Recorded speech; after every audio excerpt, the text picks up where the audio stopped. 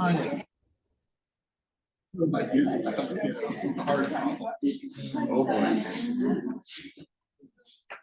right, let's get started.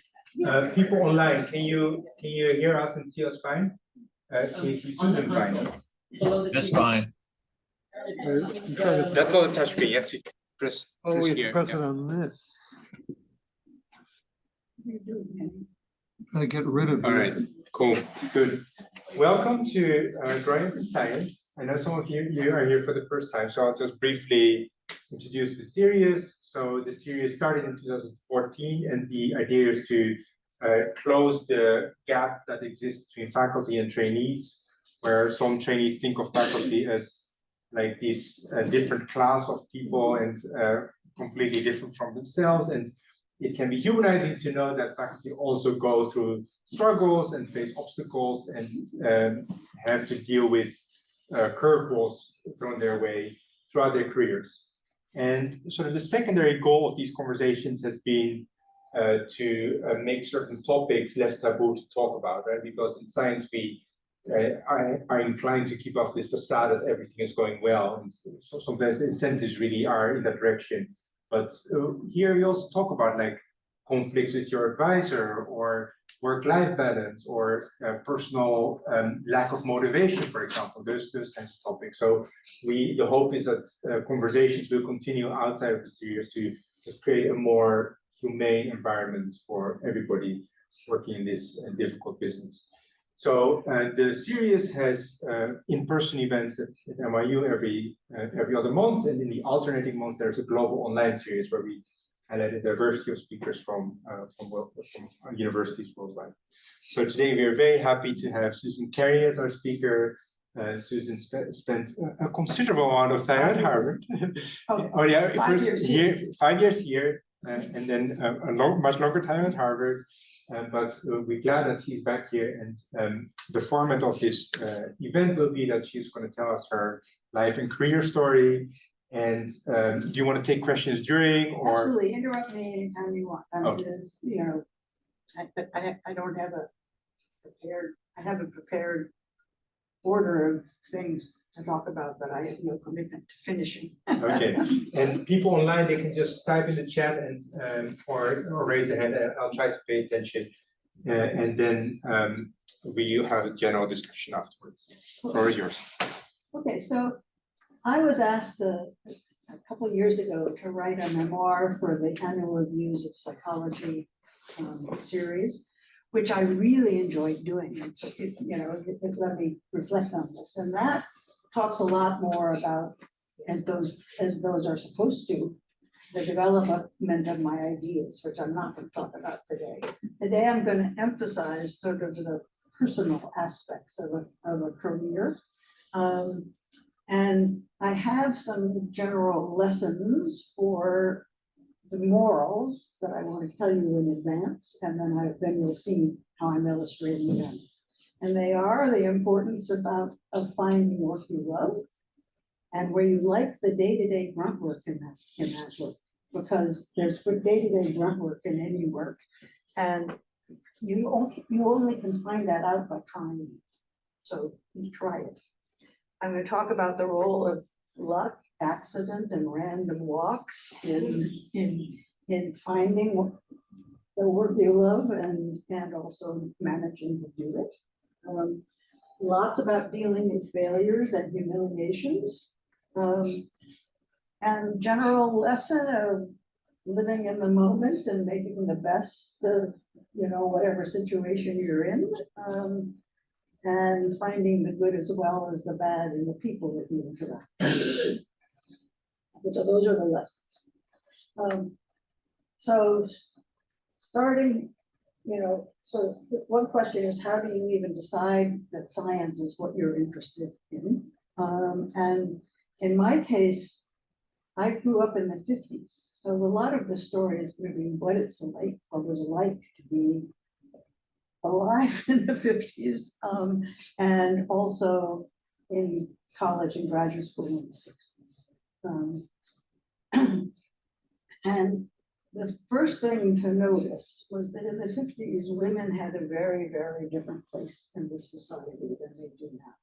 So nobody in my, no woman in my extended family on either side worked.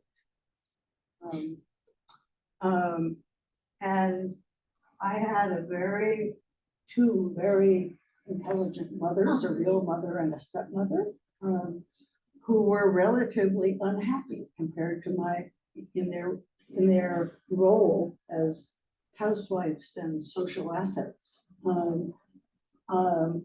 And mothers as their sole roles. It's not like those are bad roles to have, but as their sole roles. And I saw that my father, who was a research engineer, was happy. And so my attribution was, well, he goes off to work and he's a scientist. So you have to be a scientist, maybe, just to be sure. Maybe you need to be a scientist to be happy. So that was I identified with my father. He did things like he Tinker Toys and Erector sets. Those were the games we played together.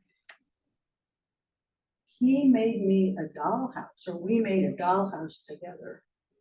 I had absolutely no interest in decorating this dollhouse, but we plumbed it.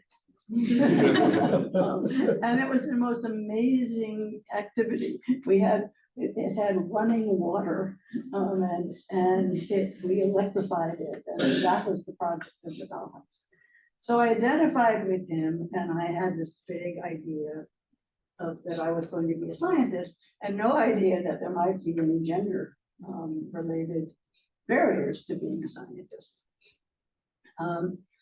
I also had a fantastic mentor when I was in high school, who was my biology teacher. I took 2 courses with him. And this happened to be the time of Sputnik, where suddenly there was a crisis in American science education, and vast amounts of monies poured into summer programs for high school students. And he channeled me into 3 of them when I was in high school. One was on the discovery of DNA and how the structure of DNA solved the problem of biological reproduction, a totally understandable piece of science for a high school student. One was on chemistry, one was on group theory in modern algebra. And this confirmed my interest in science, but notice that's kind of really different areas of science. It wasn't an interest in actually any intellectual project. So I went off to college with this big interest in science. I tried physics, that was a mistake. And then I careened to anthropology. That was a mistake to me because of the day-to-day existence of it, not the intellectual interests. What was it about the day-to-day that you did dislike? Well, so I was an undergraduate at Harvard, and Harvard is a very rich institution. So they could offer undergraduates the opportunity to do field work. So I went off and did field work in a small Mayan community in Chiapas, where I was doing a project trying to understand the difference between the people that called themselves Ladinos and the ethnic Mayans who, by the look of it, they looked identical. So how does somebody decide to be a Ladino? This turns out to be something that the Ladinos don't want known. So it just felt very manipulative. And also, You might say why?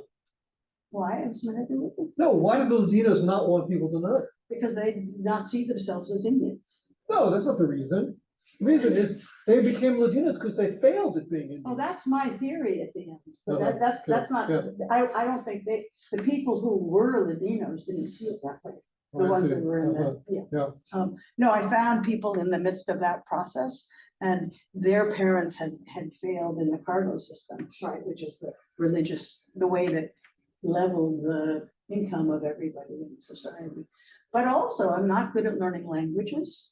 So, you know, anthropologists have to pick up on languages very quickly to really do field work. The reason they had me do this is that I could do it in Spanish, right? There was no way I was going to learn enough Mayan to do anything meaningful.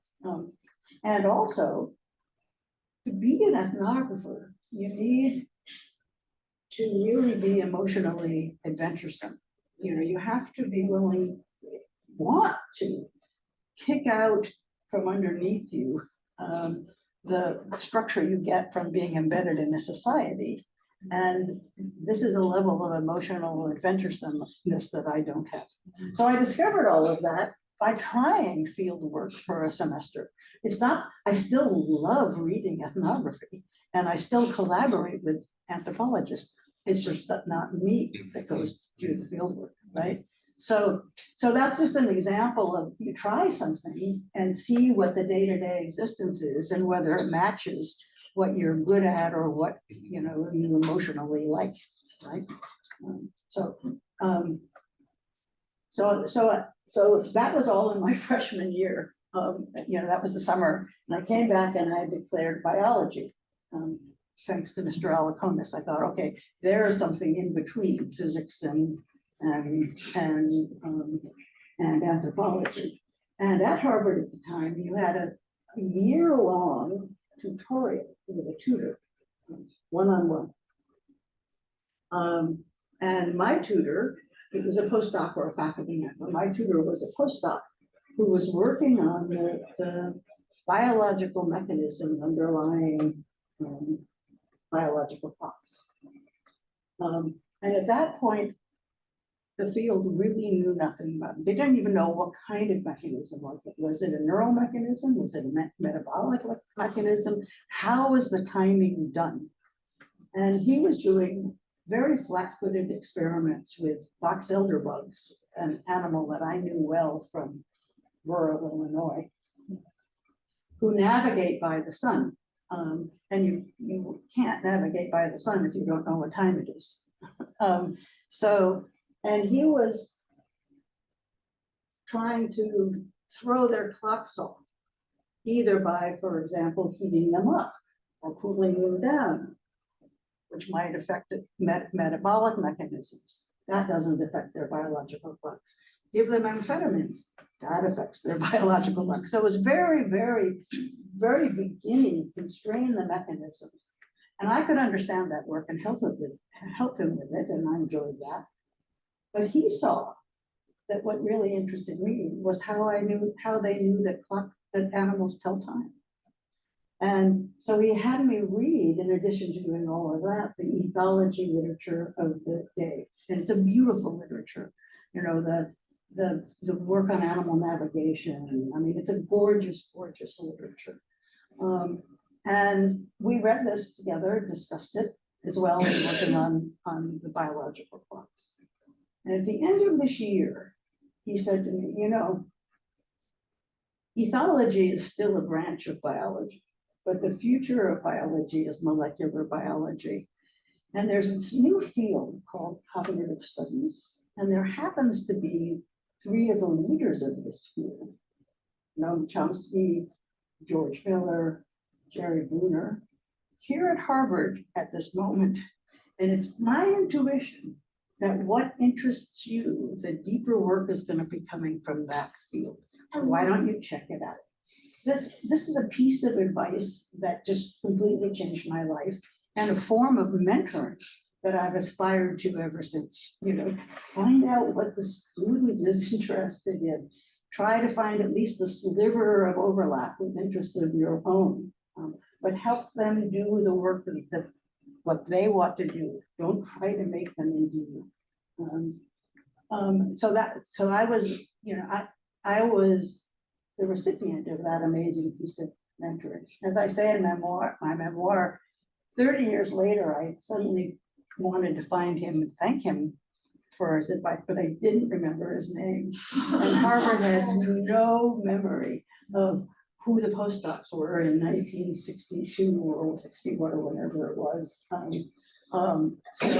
So I never thanked him, And so that's in the line of advice. And I also never thanked Mr. Alaconis. He died before I thought to thank him. So thank people who do really good mentoring to you before we forget their names or they die. It's good advice. So in my beginning of my junior year, I took social science at 8, taught by Miller and Bruner. And they started this course with reading some of the classic historical nativist empiricist debate within philosophy, and then took on the question of how you turn those into empirical issues. This is still the way I teach for that. And it was thrilling. And you know, I was absolutely just enthralled with this work. And there was a guest lecturer. This is a class of 500 people, of Berbel Inheld, who was a collaborator of Piaget's, who was the premier, founder of modern cognitive development.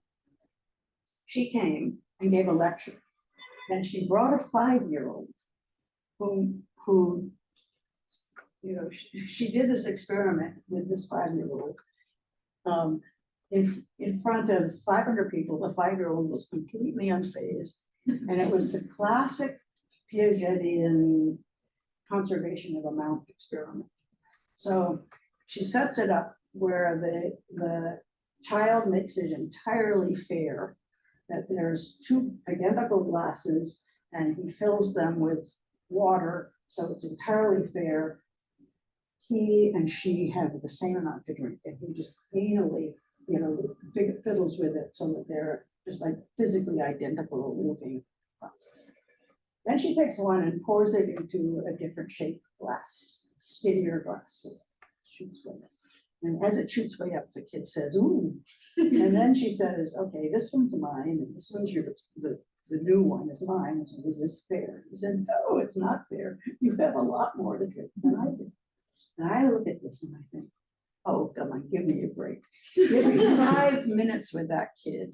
I can show you that he just didn't understand the question. You could just make it clear what the question is, and he would know that he doesn't believe you can change the quantity of liquid just by pouring it into a different shaped glass. So that was my reaction to that. I thought it was really interesting, and I told my section leader that, and she said, "Well, actually, we have some experiments going on right now about why don't you come in and try to straighten this kid out, a 5-year-old out in 5 minutes." So I did, and I couldn't, there was nothing I could do to change this, this. And I just filed that away. In the summer between, the summer between my sophomore and my junior and senior year, because this was my junior year that I started this major, I was hired as a research assistant, and I worked with Peter Wasson. Does everybody here know who Peter Wasson was? The founder of modern cognitive psychology of logic. He's known for the Wasson selection task. He was a lovely, brilliant man. And so I worked with him in the summer. And I decided to do a senior honors thesis that grew out of that work, which was on the cost of negation in evaluating the truth of sentences, using mental chronometry, the first technique in modern cognitive psychology. And I did this unmentored because he went back to England, and I'm going to talk more about mentoring at that time, and research mentoring, that is. But also, Jerry Bruner hired me as a research assistant. And because a postdoc who had been doing the Piaget conservation experiments decided to move into the field.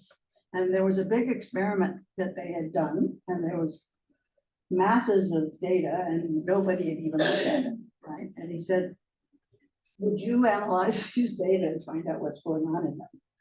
And I said, sure. I mean, knowing nothing about how to analyze data or find out what was going on in them. He said, just keep a record of your time and tell me, what you discovered. And we never talked about the data. He didn't tell me about the experiment. It suddenly just gave me, I had video, some movies of a couple kids doing it, and then audio tapes. So, and the recordings from those tapes and some initial coding. It was really interesting. So spent the whole year trying to analyze the data and make sense of it. And then I took a graduate course with him. And my paper for the course was what sense I had made of the data. Okay, so I two really intensive pieces of work, the undergraduate thesis and that, at which point I was emotionally exhausted, but also this was 1964. And this was the time of the beginning of the anti-war movement. It was the height of civil rights movements, as I said in my thing, quote, gay liberation and women's liberation weren't even on the horizon yet. But I decided that I didn't want to pursue this work because it just was too far from the politically important things of the world. And so I went off to Africa to work with political refugees, just thinking I abandoned this work. So, where did this attitude come from? If you trace it back, like, did you grow up in an activist household, or Not at all. were you very politically aware? No, College? I think it was just, I don't know. Mhm. I mean, I think it was a very large movement among youth of the time. Yeah. In Cambridge, Massachusetts in 1964, you'd be hard pressed to find somebody who wasn't aware of this stuff. Yeah, that's right. I mean, yes, exactly. Right. I mean, I was active in a group that was a precursor to SDS. I mean, it was just, it was. Yeah. I mean, I think it had a lot to do with rejection of the 50s. Mm. Right. But that's an interesting question. I never really thought about that. And then in Africa, I got interested in African history. And so then I went to the School of Oriental and African Well, you Studies. have to say what happened to the chapter. What? What happened to your senior thesis? Oh, yes. Well, I was about to say that. Thank you. So I then went off to Africa, and I also then went to England. When I was in Africa, I got 2 copies sent on different times of a book that Jerry Bruner had published called Studies in Cognitive Growth. And he had inscribed both of them something like, to Susan, with pleasure in chapter 9. So I look at chapter 9, and chapter 9 was the paper that I wrote, word for word, in the, for his seminar, with a footnote thanking me for help in analyzing the data, even though he had played no role in analyzing the data whatsoever. This did not bother me in the least, right? I mean, I thought I turned my back on cognitive science. I was flattered that he had, thought that this was worth publishing. And in addition, it turned out that this chapter was the most heavily criticized chapter in all of the reception of the book, because not surprisingly, it got Piaget all wrong. I mean, there was a project, I'd never read Piaget, and he published the damn thing word for word. Come up and say. But, so you might think, look, this is a gray area. I was his research assistant, right? So, and I didn't run, the experiment was not my idea, it was somebody else's experiment. And I was paid to do this work. But it's not entirely a gray area because a person I knew well told me, who was a co-author on the book, that until the page proofs, it had been Brunner and Carey. So he knew that, it's a gray area, and I didn't really care, but still. Yeah. And this is an example of taking the good from people from, along with the bad, because he was a champion of women in academia. I'm going to tell you a little bit about the role of women, many anecdotes in a moment. Well before anybody else there, and he in his lab, he mentored really people who went on to have very, very illustrious careers, like Patty Greenfield, Molly Potter, Jane Ellen Hutton. You might know some of these names. Molly Potter is I think one of the most important psychologists of the last, the late 20th century. And they all are in the field because of Brunner, and so am I.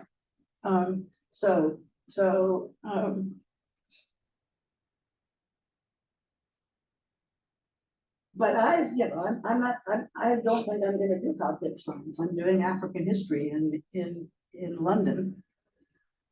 But Peter Wason taught at University College London, and so I looked him up because I really liked him. He invited me to join his lab meeting, and I did because I didn't know someone in London, and I knew that there would be interesting people in this lab meeting, which indeed there were.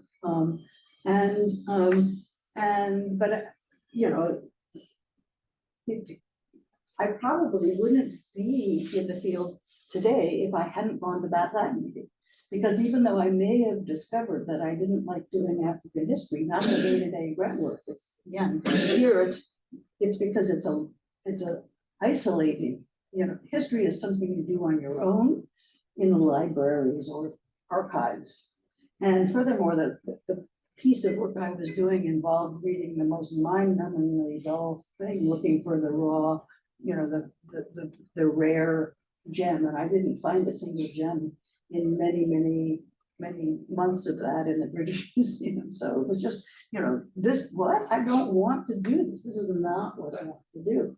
But I wouldn't necessarily have thought, well, maybe I should consider cognitive psychology again, except there I was in a lab meeting where I was just as interested in the work as I ever was. And I loved working together with other people to try to figure out what data meant, or what, how to bring data to bear on some question.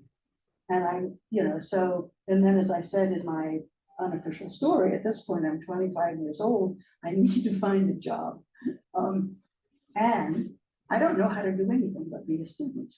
And you could be paid to be a student. So I went back to graduate school. I mean, I was not really thinking of it as a career yet. It just solved the problem for the next couple of years, the next 5 or 6 years. So I went back to graduate school, thinking I would work with George Miller and Roger Shepard, who were beyond doubt 2 of the most important adult cognitive psychologists in the late 20th century. Miller left for Rockefeller in between when I was accepted and when I started, and Shepard left for Stanford after 1 year. And so there were no adult cognitive psychologists at the time. This is still the transition from behaviorism to the cognitive period. So that was it. Those were the cognitive psychologists. And they hired a young student of Estes the mathematical psychologist, and became as Shepherd left. And so I sort of signed up to work with him. And he was, he worked on, he had a mathematical theory of pattern complexity a la Garner, but much more mathematically interesting. And I read his thesis with interest. And now let me tell you more about mentoring at the time. So research mentoring. There was, for many people, there just wasn't any such thing, right? You saw your advisor once a semester, twice a semester. You were not expected to do publishable work. You could, your advisor might not even read your thesis before you submitted it. And people could be failed, and often were failed at the thesis defense, because it was clear that there was some fatal flaw in the work. I knew that happened to two people when I was a graduate student, and they just wrote different theses. They weren't kicked out, they just had to write another thesis. So this was the model of graduate training at the time. And so I saw Lloyd Barlow, and read his thesis and talked to him about his thesis. Then I saw him another time that semester, and he told me how he was generalizing the work on a mathematical model of pattern perception to all of perception. And I couldn't really understand what he was saying, but I made the right attribution that I had a lot to learn about perception, which is the most elegant part of experimental psychology. And so I happily started to delve into that literature. And then I came to see him one more time that semester, so just 3 times a semester. That was a lot, but he didn't have any other students. He was generalizing this to a theory of all cognition. And again, my attribution was, I just don't understand this. Then in the spring, I go to see him like in March, and it's clear that he's been sleeping in his office. And I come in to see him, and he locks the door behind me. And he's got a blackboard, because they didn't have whiteboards then, filled with equations. That was his theory of the entire scientific universe. And it was a theory that united physics, chemistry, sociology, economics, etc. And finally, the Gestalt shift happens. I realized that this is just completely nuts. But I'm locked in there with him. And he's telling me that he's really afraid people are going to steal his ideas. And he's telling me his ideas. And I was terrified. And I feigned interest. I had to feign interest because there was nothing to understand, right? And I was really trapped in hell for 4.5 hours, at which point it's now like 7 o'clock at night. And I say to him, have you told the chair, Professor Hirnstein, about this work? He said, oh, no, I'm afraid he might steal it. I said, no, you don't have to worry about that. He is the chair. The chair wants the faculty in the department to be famous, to do really good work. And it's his job to help. And I'm sure he'll be really interested in this. And Lloyd says, you think so? I said, yeah, I'm virtually certain. Why don't we call him? And thank God, it's not the day of cell phones, it's the day of phone books. So I knew he lived in Wellesley. And so I called 411 and got his phone number and called him. And he answered the phone because it also wasn't the day answering machines yet. If the phone rang, you answered it. And so I say, Professor Herrnstein, he knew who I was because I was a teaching fellow for him that year. Myself, my second year of graduate school. I said, hi, this is Susan Carey. I am with Lloyd Marlowe, and he has been telling me his theory of his mathematical theory of the scientific universe that unites, blah, blah, blah, blah, blah, blah, blah. And this is such important work. I think you should come right now to hear about it. And he said, I'll be there in half an hour. So, and half an hour, so he lives in Wellesley, and half an hour later, the knock, knock, knock on the door, and Lloyd Marlowe unlocks the door for him, and I flee. And Herrnstein had him committed to the health service, mental health building, but that's not a locked ward. And that night, he walked out and threw himself under a subway train, committed suicide. So this was, needless to say, I mean, truly a traumatic experience, right? In some ways, I had a role in this guy's suicide, is how I felt about it. And I was having a very hard time finding an advisor. So now I'm left with no cognitive psychologist to work with at Harvard. So all that was left were two brilliant developmental cognitive psychologists, Roger Brown, founder of developmental psycholinguistics, and Jerry Bruder. And so I decided to go back to conservation phenomena and ask Jerry to be my advisor. And his mentoring was no better the second time than the first time, in the sense that he supported my work lavishly, and he always supported me lavishly, but we didn't ever talk about the work. And he plagiarized for my PhD thesis as well. But only for a lecture that he was given. He didn't publish it under his own name. And the way I know that is that he read to me. This was his inaugural lecture when he was made a professor at Oxford. And that's a very big deal, the inaugural lecture. And he was reading parts of it to me, including the part that was related to my thesis, which when he was reading it to me, attributed it to me. And it was excruciating because it was, again, it was completely garbled, and I didn't want, I wouldn't want to have been associated with whatever nonsense he was saying. But then when he wasn't looking later on, I just picked up the manuscript he was reading from, and of course there was no mention of Susan Carey. So that was all right. It's another case where it didn't matter.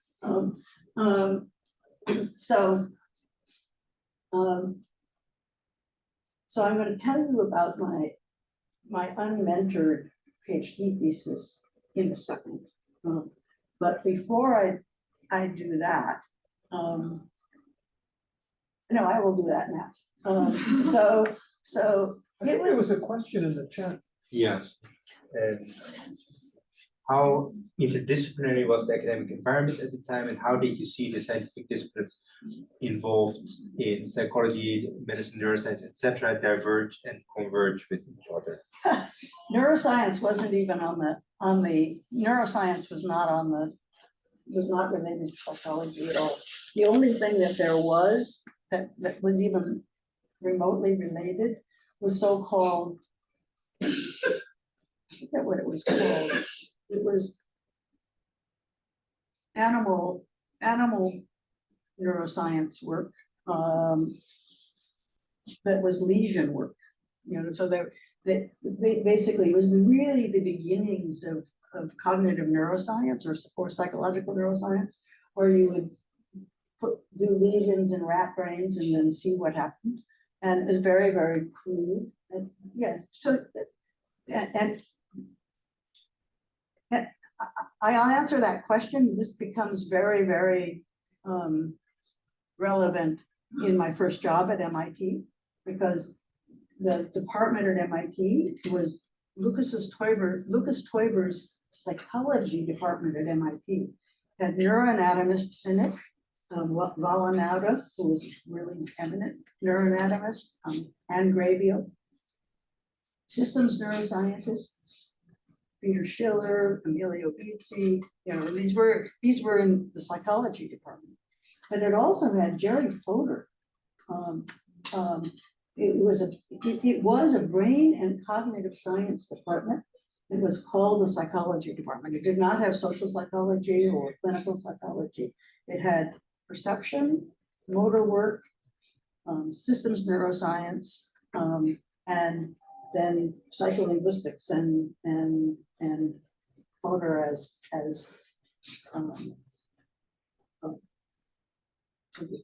originator of the work on the interdisciplinary work between psychology and cognitive science. So basically, Teuber was 20 years ahead of his time in building that department at that time. But at Harvard, there was no hint of that.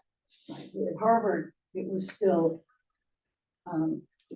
the battle between cognitive psychology and behaviorism, right?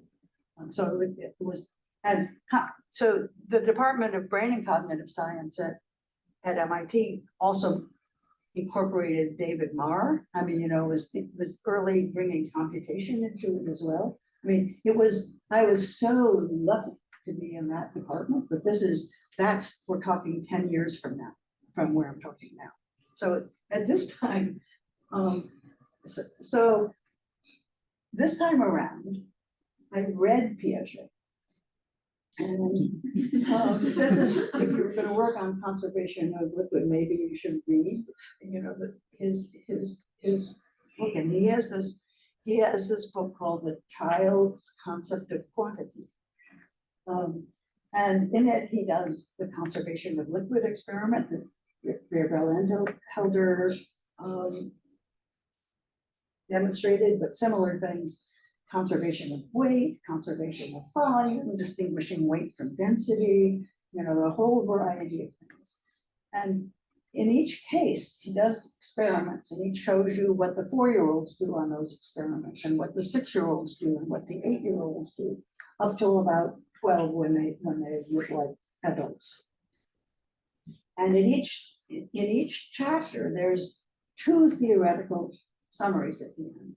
One is characterizing what's happened, what's changing as a function of the changes in the child's intuitive theory of matter. And then the second one is explaining why the 4-year-old's theory of matter is the way it is because of the nature of 4-year-old thought in general. And then why the 6-year-old's is as you change from pre-operational thought to concrete operational thought to formal operational thought. And I read this and I realized that once you had the former explanation, you don't need the second explanation. I mean, it may well be true, but the explaining of the phenomena was all belonged in the theory change part, right? And it may or may not be true that there is such a thing as pre-operational thought or concrete operational thought. And so I wanted to take the theory change part more seriously. So that's what I decided to do as, I was going to test the hypothesis. Give me 5 minutes with these kids and I could get them to see it. Could I induce a theory change in 5 and 6-year-olds? Just heads up, it's 5 to 10 to 5 now. Okay, so anyway, the point is, I will not take you through my thesis, but it was 50 kids. It was all over the place. There was nothing in it publishable, and nonetheless, it sort of set the stage for everything, for the work I did for the rest of my career, right? And that kind of juvenilia is just not possible today. You need to have 6 publications, they get a postdoc, right? You can't do that unmentored, right? So I bemoan the loss of juvenilia, actually. What I did was extremely original, even though it was really, really premature in terms of anything that I could really understand at that point. All right. So just 2 other things. In all of my undergraduate and graduate existence, I was never taught by a woman. I never heard a talk by a woman. It wasn't until I was coming to the end of my graduate career that I started thinking maybe this has consequences for me. Secondly, I got many, many pieces of evidence that there really was no place for women in academia.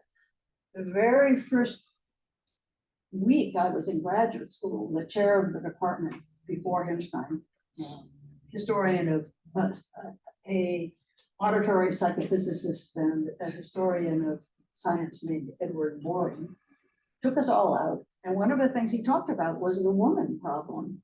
We take these graduate students, we take these women graduate students and they get married and leave the field. And I didn't think, well, wait a minute.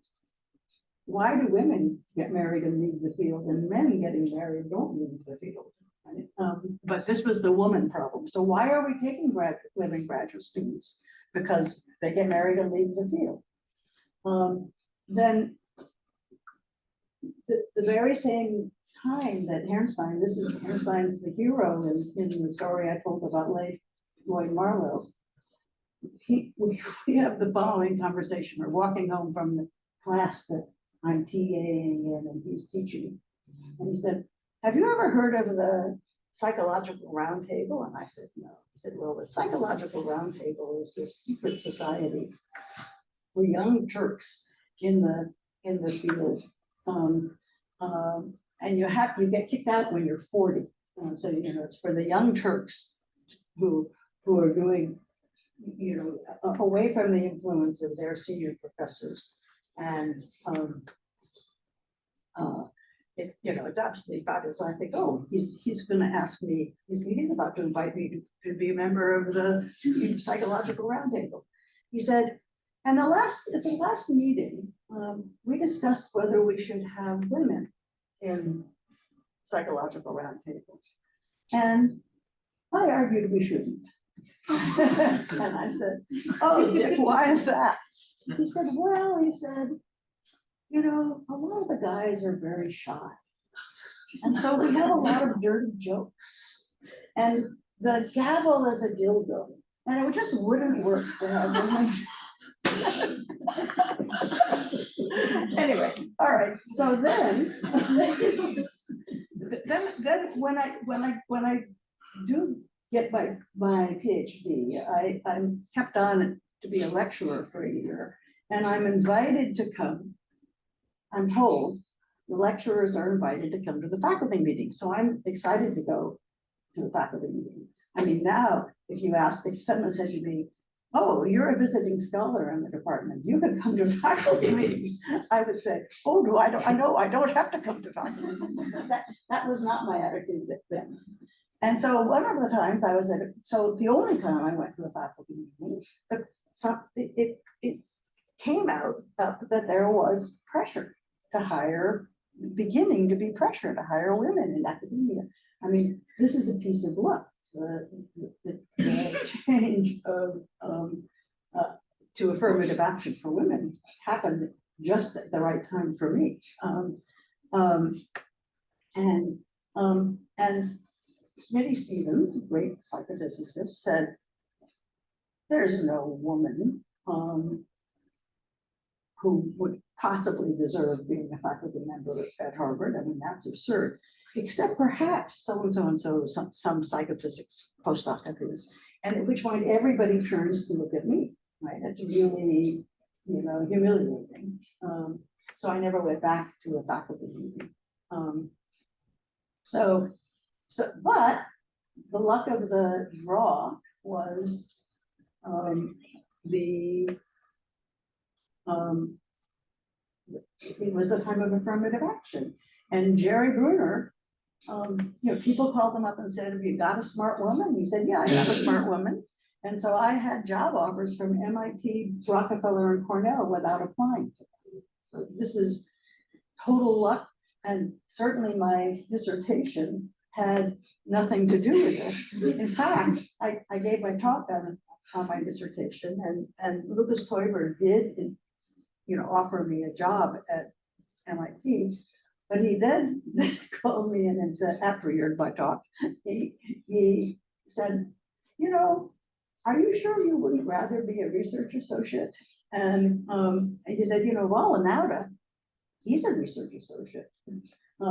And because, you don't have to teach. And I said, well, Wallenauda is a National Academy of Science neuroanatomist who has billions of dollars of grants. I think I'd rather be an assistant professor. So he honored his original offer. So anyway, so that's, and the humiliations continued, right? There's many humiliations that you deal with because you're putting your work out there. So the first time I ever gave a talk on my piece of Juvenalia, first and only time I gave a talk on that, I excitedly related somebody else's talk to my talk. I saw that he was talking about theory change too. And he immediately was really upset to be, he dissociated. He said, no, this has nothing to do with your talk. And I was right, it did, but, and as I mentioned in the thing that I sent out, Jacques Mailer and Tom Bever were at this conference, and they were the founders of the journal Cognition.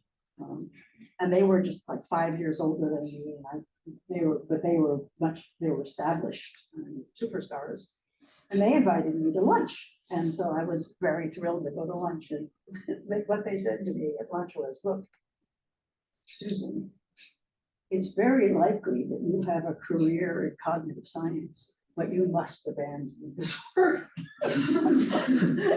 And so, what I realized from those two things is that I had really humiliated myself at this conference, but I persevered, and the rest of the memoir is how I got from there to here. But the point is that the failures continue, right? So I then, I had more amazing mentoring, from Lucas Teuber, right? Lucas Teuber, who did not want to give me an assistant professorship, once he did, he said that he took me aside and he said, "Look, this work on conceptual change that you're doing, it's a lifetime's work. You're years away from knowing yourself," which he was completely right, but he was saying this in a way that says, "We're interested in this, we hired you. But you're years away from understanding it well enough to get the field to understand what on earth you're about. And if you want to get tenure, you better focus on small papers that get published in regular psychology journals. And so concentrate on your word learning work. And I suggest you do you might look into something quite different, face recognition. And I would even have a suggestion of where you might start." And I took his advice. And it's a very good thing I did, because I surely wouldn't have gotten tenure if I hadn't. So I had fantastic mentoring all the way, from Alaconis to my tutor and then I was down the hall from Jerry Fodor. Thomas Kuhn came to MIT and helped me with a case study, a historical case study that was important in understanding what this was all about. But the key thing is I mean, I got this job by affirmative action. When I came to NYU, I was a spousal hire. So NYU wanted to hire Ned, and Pat Shroud and Diane Rubel both told me that nobody at NYU had heard of me. But they hired me. And I didn't care that I was a spousal hire, the point is, I had the opportunity to be in what was then a good department and what's now a great department. And never looked back.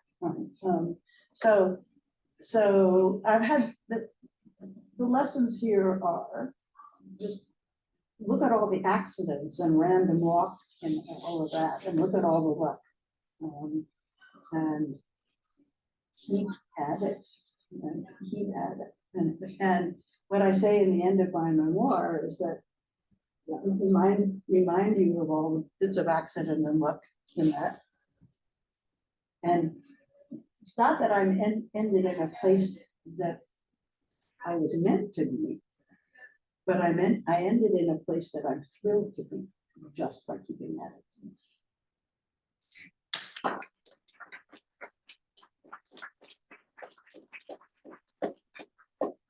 Questions? Yes. Thank you, Susan, for sharing your story. It's very touching. I just have a quick question. You share a lot of your experience as humiliating and discouraging, like both for you being a woman in academia and to pursue a film theory change, which people think to be very difficult to understand. But I didn't hear about the part of how do you feel when you get these humiliated comment and how did it discourage you at all? And like, did you experience what we call imposter syndrome these days, and how did you overcome that? I definitely experienced them. Look, I was an affirmative action hire, and I knew that.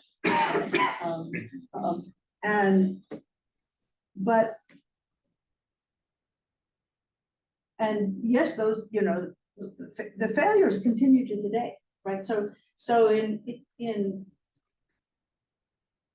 I started a whole new line of work in 2009. And so I couldn't get it really funded yet because I didn't have, I really didn't yet know what it was about, right? And so luckily, however, by this time I'm 70 years old and I'm starting to get Social Security.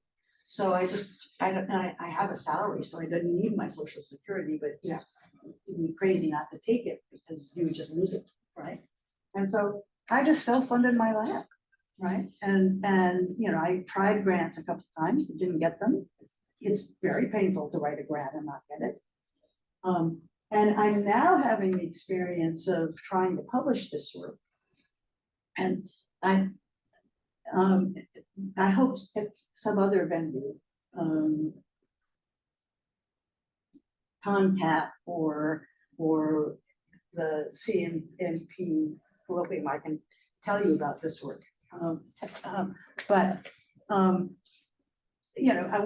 worked just recently, 2 papers that we had worked on for a year and a half to really just nail the argument and make it clear and compelling, were simply rejected, right? This is, for me, it's a little bit of water off my back, but it's not true for the graduate students and postdocs and post. Oh, come on, it came out in PNAS. That's not the one that was just rejected. No, but some of it came out. Yeah, I know that some of it we're having no problem whatsoever. But the point is, so I no longer have an imposter syndrome about that because I've had the experience. Peer review is an amazing thing. And when you get something rejected, it is partly because you failed to make it clear. And it's partly because probably you're not entirely clear on yourself. And the process of seeing what they didn't understand and then reworking it is how you come to understand it better. And I've had that experience so many times now that it truly doesn't faze me. I mean, those desk rejections did not in the least But I'm challenge. hearing the question to be more about like the sexist experience, things that people have said to you and the like the personally offensive things. Oh. I mean, they don't. They're painful, right? But either you fight back, if you know the person well enough, or you have a relationship that's appropriate for, or you just decide not to let yourself be vulnerable to that person if you can, and have nothing to do with them. I mean, the point is you learn how to deal with both the professional rejections and the personal ugliness. Right, maybe we'll take one more question.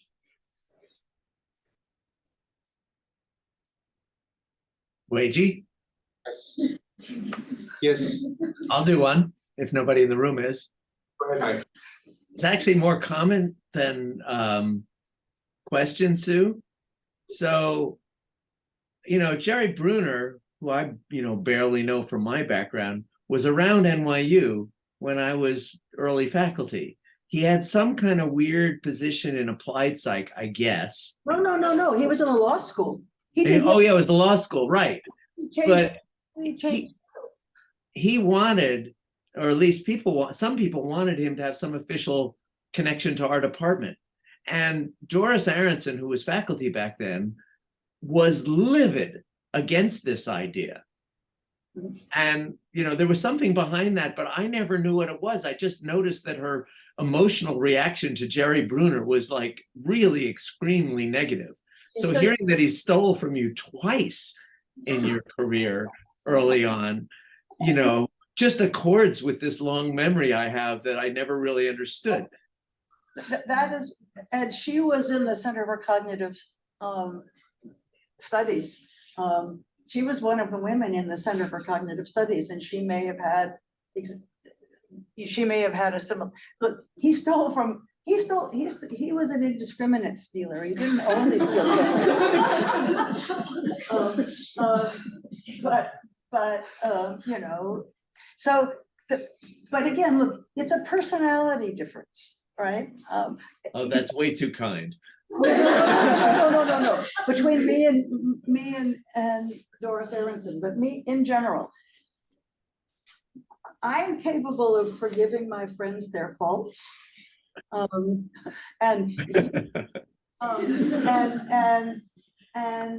there's no right answer there. You can be morally outraged, and I'm sure she had reasons to be morally outraged, right?